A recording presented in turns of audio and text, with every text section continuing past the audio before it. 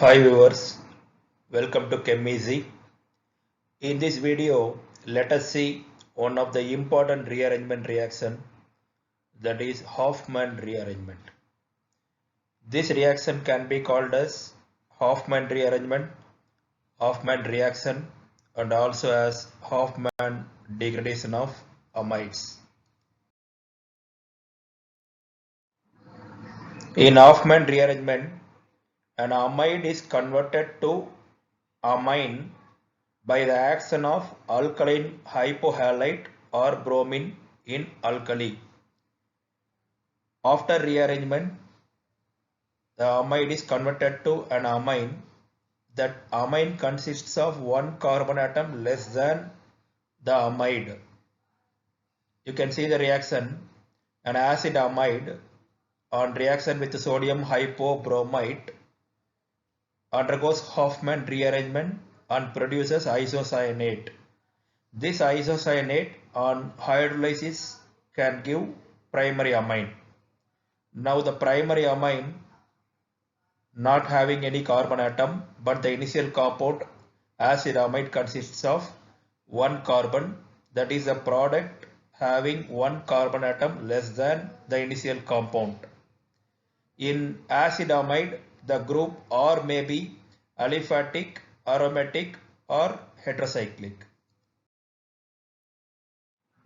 Let us see the step-by-step mechanism of Hofmann rearrangement reaction.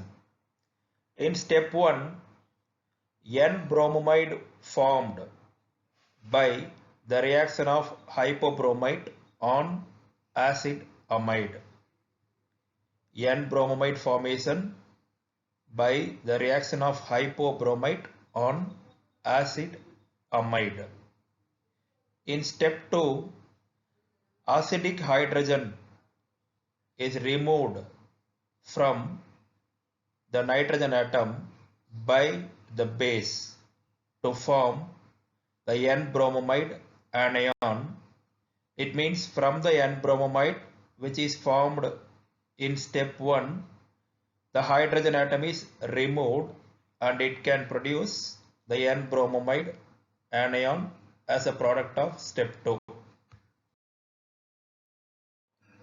In step 3, there is a loss of bromine from the N-bromamide anion and forms highly reactive acyl nitrene. This acyl nitrene is unstable. So in step 4, there is a migration of group R to the electron deficient nitrogen and gives isocyanate. So since acyl nitrene is a highly reactive and unstable, the group R from the carbonyl carbon rearranged to the nitrogen and gives isocyanate. This is the actual rearrangement step. Actually, it is suggested that the step 3 and 4 takes place simultaneously. It means the loss of bromine atom from the nitrogen and the rearrangement of group R from carbon to nitrogen takes place simultaneously and it produces isocyanate. Then further, if this isocyanate when subjected to hydrolysis, it can produce as primary amine which consists of one carbon atom less than the acid amide which is used in step 1. As I told you already, elimination of bromide ion from the N-bromamide anion forms a highly unstable neutral species, that is acyl nitrene. The acyl nitrene has only a sextet of valency electrons around the nitrogen atom. This unstable species is highly electron deficient on nitrogen and it gains some stability by the migration of the group R with its pair of bonding electrons to form isocyanate. Here you can understand why the rearrangement takes place. Since the acyl nitrene is unstable, highly reactive neutral species. To gain some stability, the group are rearranged from the carbonyl carbon to the nitrogen atom and produces isocyanate. If the migrating group R has an increased electron releasing capacity, then the Hofmann rearrangement reactions are accelerated.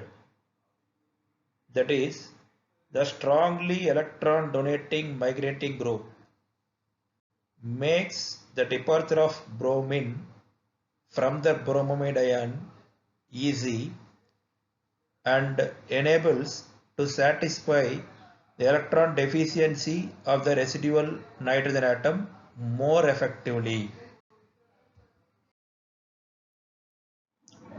For example, if you compare the Hofmann rearrangement reaction of para-hydroxybenzamide and benzamide, the rate of amine formation from para-hydroxybenzamide is more rapid than that for benzamide itself because of the presence of the phenolic hydroxyl group in case of para-hydroxybenzamide.